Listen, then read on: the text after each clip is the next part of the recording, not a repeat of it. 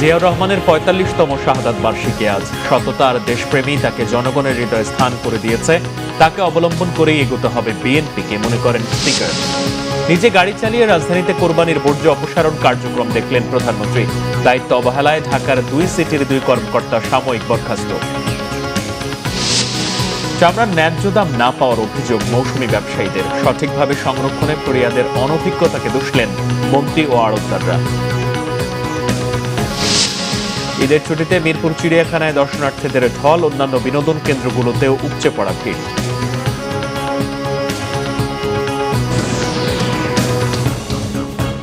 দেখছিলেন crown cement সংবাদ শিরোনাম।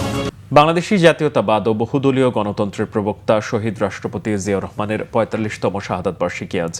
১৯৮১ সালের ৩০ মে এক ব্যর্থ অভ্যুত্থানে চট্টগ্রামের সার্কিট হাউসে নিহত হন তিনি। শহীদ জিয়ার মুক্তিযুদ্ধকালীন সহযোদ্ধা জাতীয় সংসদের স্পিকার অবসরপ্রাপ্ত মেজর হাফিজ উদ্দিন আহমেদ মনে করেন, সততার দেশপ্রেমের কারণে জিয়াউর রহমান জনগণের হৃদয়ে স্থান করে নিয়েছেন। তাকে অবলম্বন করেই এগিয়ে যেতে হবে বিএনপিকে। রিপোর্ট করছেন সিকান্দার রেহমান।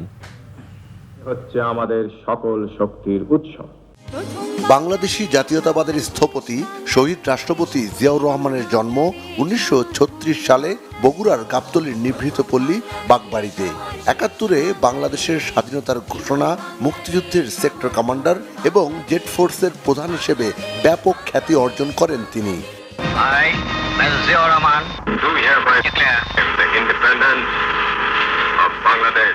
মুক্তিযুদ্ধে অসামান্য অবদানের জন্য তাকে দেয়া হয় বীর উত্তম খেতাব।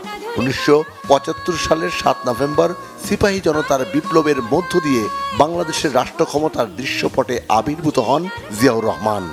দরিদ্রতার অভিশাপ থেকে জাতিকে মুক্ত করা সম্ভব না হলে স্বাধীনতা অর্থহীন হয়ে পড়বে। রাষ্ট্রপতি হিসেবে দায়িত্ব নেন ১৯৭৭ সালে। একজন সফল রাষ্ট্রনায়ক ও বহুদলীয় গণতন্ত্রের প্রবক্তার খ্যাতি পাওয়া জিয়াউর রহমান ১৯৭৯ সালের সেপ্টেম্বরে গঠন করেন বাংলাদেশ জাতীয়তাবাদী দল বিএনপি। যে রক্তের সাগর পাড়ি দিয়ে ১৯৭১-এ অর্জিত হয় আমাদের প্রিয় স্বাধীনতা, সেই রক্তের ঋণ পরিশোধের এটাই হচ্ছে একমাত্র পন্থা। ১৯ দফা কর্মসূচি দিয়ে দেশে উন্নয়ন ও উৎপাদনের রাজনীতিকে এগিয়ে নেওয়ার এক নতুন অভিযাত্রার সূচনা করেন তিনি। মাত্র ৪ বছরের শাসনামলেই কৃষি উৎপাদন, গার্মেন্টস শিল্পের বিকাশ, জনশক্তি রপ্তানি, নতুন নতুন কলকারখানা স্থাপন সহ দেশের স্বনির্ভরতা অর্জনে জিয়াউর রহমানের নেয়া উদ্যোগ ব্যাপক সাড়া জাগায়। শহীদ রাষ্ট্রপতি জিয়াউর রহমানের জনপ্রিয়তার কারণ কি খুঁজতে গিয়ে আমার কাছে যেটা মনে হয়েছে সেটি হলো যে তার মতো সৎ রাষ্ট্র সরকার প্রধান বাংলাদেশ আর অতীতে দেখেনি। অপর জিনিসটি হলো তিনি স্বজনপ্রীতিকে কোনো ধরনের সুযোগই দেন নেই, তাকে স্পর্শ করে নেই কোনো ধরনের স্বজনপ্রীতি। এই দুটি বিষয়ে পরবর্তীকালে আগে পরে কোনো সরকার প্রধান বা কোনো রাজনৈতিক নেতা তার মতো করে তাদের জীবনে প্রতিফলিত হয়নি। ১৯৮১ সালে এক ব্যর্থ সেনা অভ্যুত্থানে চট্টগ্রাম সার্কিট হাউসে মর্মান্তিকভাবে শাহাদাত বরণ করেন জিয়াউর রহমান। মৃত্যুর এত বছর পরও বিএনপির নেতা কর্মী সমর্থক সহ অগণিত মানুষের স্মৃতিতে ভাস্বর হয়ে আছেন বাংলাদেশি জাতীয়তাবাদের প্রাণপুরুষ জিয়াউর রহমান।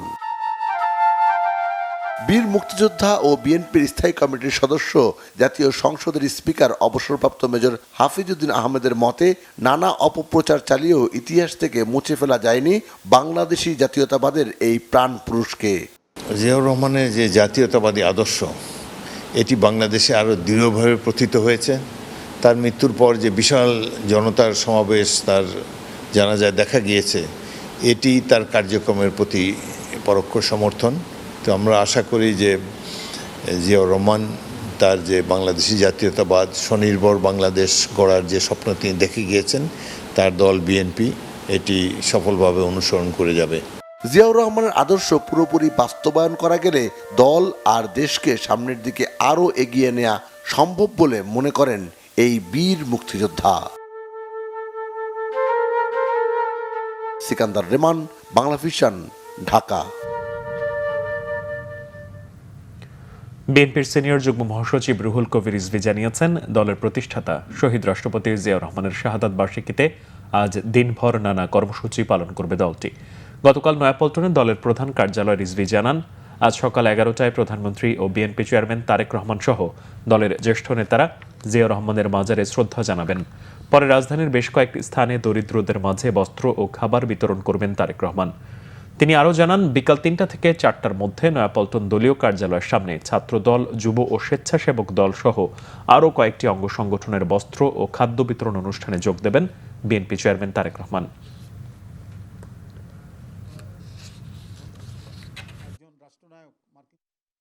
প্রধানমন্ত্রী তারেক রহমান রাজধানীর বিভিন্ন স্পটে ঈদুল আজহার বর্জ্য অপসারণ কার্যক্রম পরিদর্শন করেছেন। গতকাল গুলশানের বাসা থেকে বেরিয়ে রাজধানীর বিভিন্ন সড়ক ঘুরে দেখেন তিনি। গুলশানের বাসা থেকে বেরিয়ে হাতিরঝিল, রামপুরা, খিলগাঁও, বাসাবো ঘুরে হাতিরপুল, বাংলা মোটর থেকে সিআর দত্ত রোড হয়ে বসুন্ধরা মার্কেটের সামনে দিয়ে গ্রিন রোড, ফার্মগেট, মানিক মিয়া এভিনিউ হয়ে সোভানবাগ, কলাবাগান বাস স্ট্যান্ড থেকে ধানমন্ডি এলাকার বিভিন্ন রাস্তা ঘুরে দেখেন। প্রধানমন্ত্রীর উপ প্রেস সচিব জাহিদুল ইসলাম রনি জানান, কোরবানির পর মহানগরী জুড়ে পরিচ্ছন্নতার কাজ সঠিকভাবে হচ্ছে কিনা তা দেখতেই রাজধানীর বিভিন্ন এলাকায় যান সরকার প্রধান। ঢাকা দক্ষিণ সিটির প্রশাসক আব্দুল সালাম এ সময় প্রধানমন্ত্রীর সাথে ছিলেন। এদিকে রাজধানীর বর্জ্য ব্যবস্থাপনায় দায়িত্বে অবহেলার কারণে ঢাকা উত্তর সিটির জোন 5-এর আঞ্চলিক নির্বাহী কর্মকর্তা মোহাম্মদ সাদেকুর রহমান এবং ঢাকা দক্ষিণের জোন 1-এর আঞ্চলিক নির্বাহী কর্মকর্তা কাজী সালেহ মোস্তানজিরকে সাময়িক বরখাস্ত করে বিভাগীয় ব্যবস্থা নেওয়ার নির্দেশ দেওয়া হয়েছে। দর্শক, পরিবারের সঙ্গে ঈদ করে অনেকেই ফিরতে শুরু করেছেন রাজধানী ঢাকায়। রাজধানীর কমলাপুর রেল স্টেশনে আছেন সহকর্মী শুভ মাহফুজ, যুক্ত হবো তার সাথে। শুভ, রাজধানীতে মানুষের ফেরার কি খবর আছে আপনার কাছে?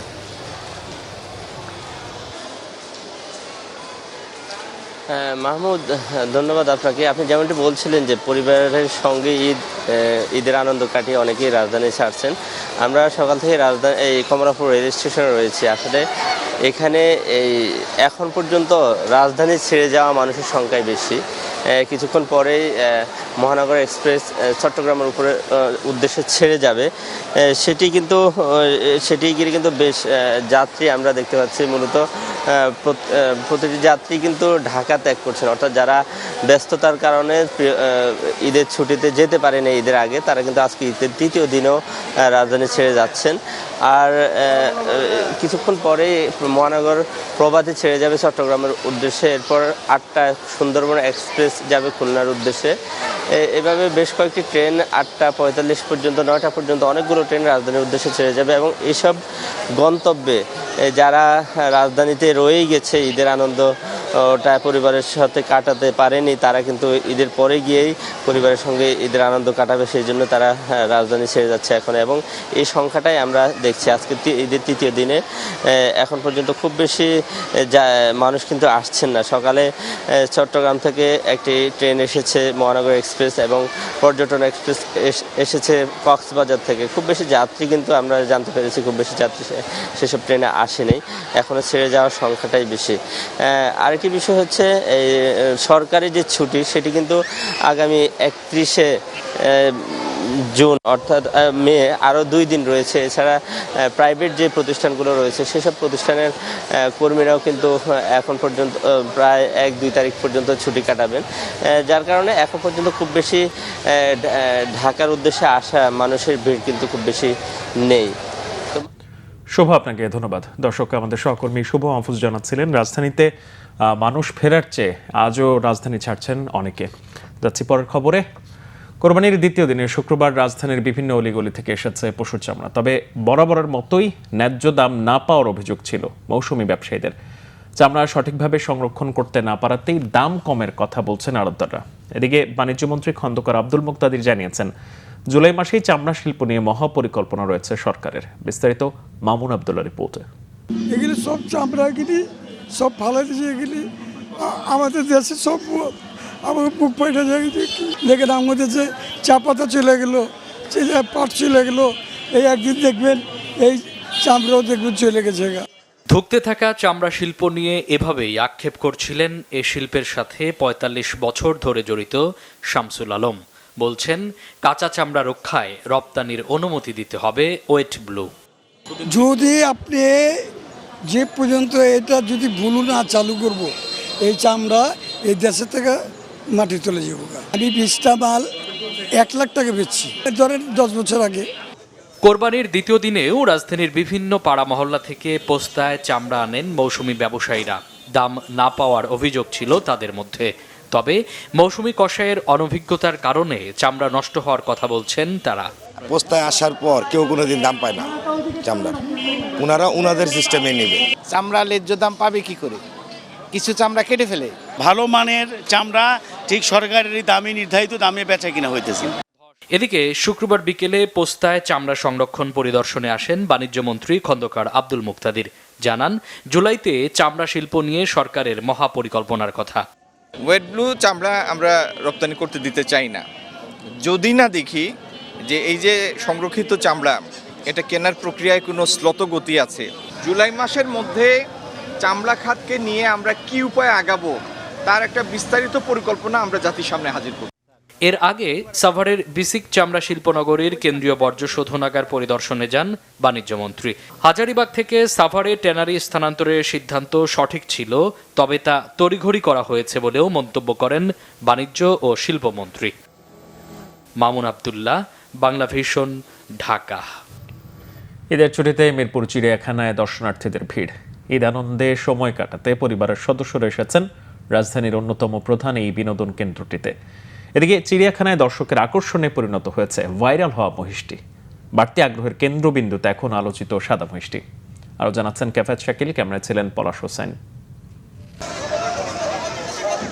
ঈদুল আজহার দ্বিতীয় দিনে লোকে লোকারণ্য ঢাকার মিরপুরের জাতীয় চিড়িয়াখানা। প্রধান ফটক দিয়ে প্রবেশ করেই সবার প্রশ্ন, ডোনাল্ড ট্রাম্প মহিষের খাঁচাটা কোথায়? চিড়িয়াখানায় শত শত প্রজাতির প্রাণীর শেড থাকলেও ফাঁকা ছিল অধিকাংশ শেডই। তার বিপরীতে দাঁড়ানোর জায়গা মিলছিল না গোয়ালের ঘরে স্থান পাওয়া সাদা মহিষের শেডের সামনে। কেউ দেখছেন, কেউ তুলছেন ছবি, কেউ আবার হাস্যরসে মাতছিলেন আলোচিত মহিষটিকে নিয়ে। আমি আসছি ঢাকা কেরানীগঞ্জ থেকে।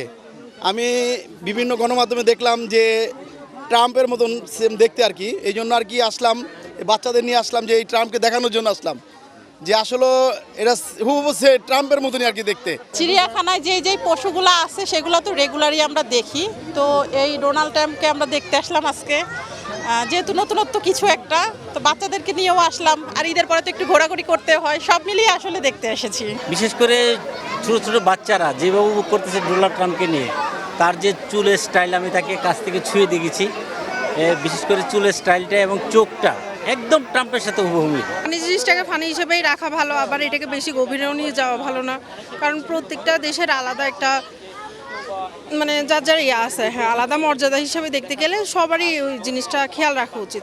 এদিকে সমালোচনার মুখে মহিষটির শেডের নাম পরিবর্তন করেছে চিড়িয়াখানা কর্তৃপক্ষ। ডোনাল্ড ট্রাম্পের নাম মুছে দিয়ে লাগানো হয়েছে সাদা মহিষ নামফলক। এসব নিয়েই আলোচনায় মুখর ছিলেন দর্শনার্থীরাও। দেখা গেছে বিদেশি দর্শনার্থীও। ডোনাল্ড ট্রাম্প থেকে দেখতে এত দূরে আসা আমাদের কেমন দেখলেন? অনেক ভালো, সুন্দর দেখলাম। অনুভূতিটা অনেক খুব সুন্দর, খুশির একটা অনুভূতি। আমরা যে বিশেষ উপলক্ষে এসেছি ওইটা দেখতে পারছি ডোনাল্ড ট্রাম্পে, আমরা শুধু ওইটার জন্য এসেছি। সবাই ডোনাল্ড ট্রাম্পে দেখার জন্য আসছে, তাই আমিও এসেছি। ডোনাল্ড ট্রাম্পের তো সরাসরি দেখতে পারবো না, তাই গরুর মাধ্যমে দেখলাম আর ডোনাল্ড ট্রাম্প, যাই খুব সুন্দর হয়েছে। হ্যাঁ, আমরা ডোনাল্ড ট্রাম্প দেখছি। ডোনাল্ড ট্রাম্পের যে মানে অবয়বের সাথে যেটা হচ্ছে গিয়ে একটা এখানে যে বাফেলো রাখা আছে, সেটা তো আসলে এখানে অনেক মানুষের ভিড়, তো দূর থেকে দেখলাম। Well, it's wonderful. It's a very good zoo, a big zoo, space for everybody. Even today, that is holiday.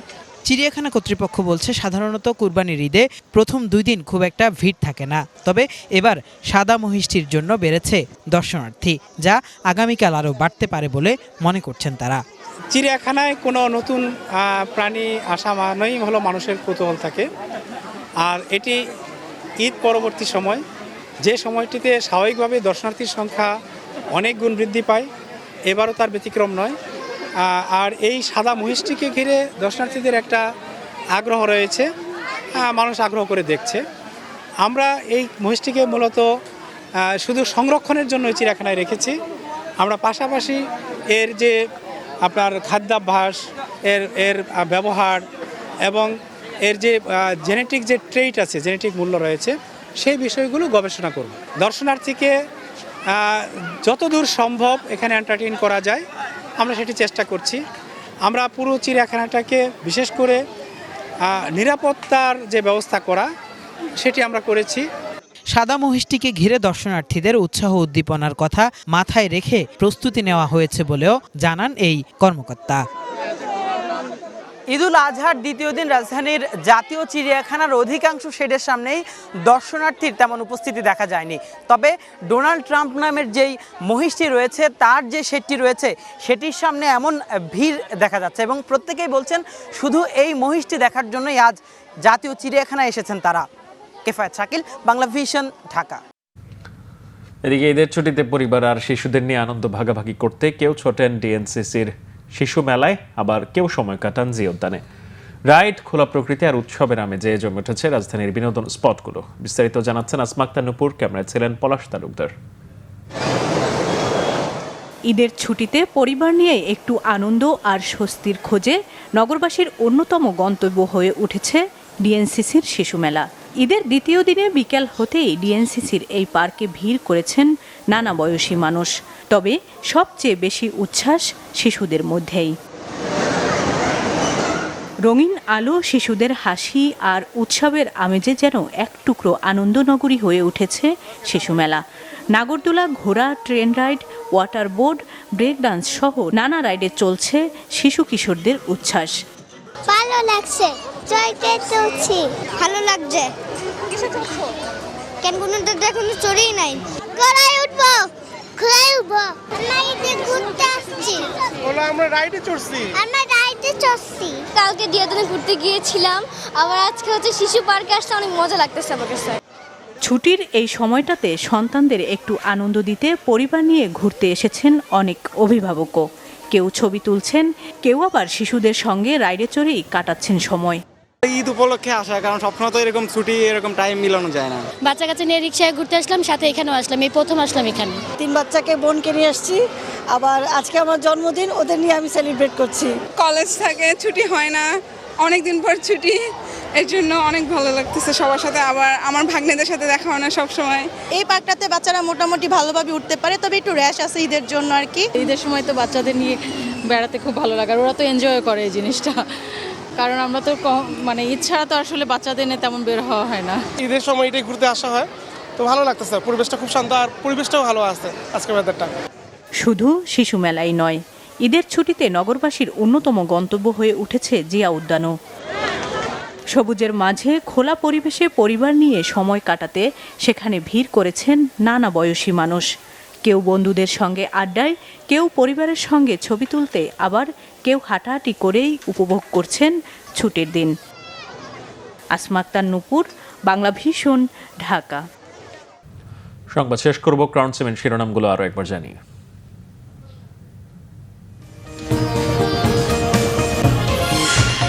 Zia রহমানের ৪৫তম শাহাদাত বার্ষিকী আজ। সততার দেশপ্রেমী তাকে জনগণের হৃদয়ে স্থান দিয়েছে, তাকে অবলম্বন করে এগোতে হবে বিএনপিকে, মনে করেন স্পিকার।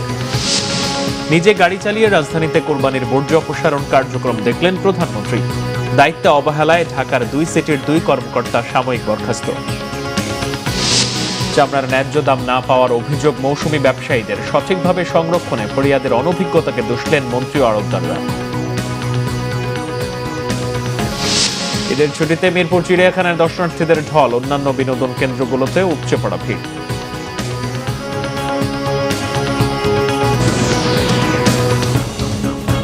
ছিল এখনকার মতো, পরের সংবাদ সকাল 10টার আগে 9টায় রয়েছে নিউজ টপ 10 দেখার আমন্ত্রণ রইল। এতক্ষণ সাথে থাকা ধন্যবাদ সবাই।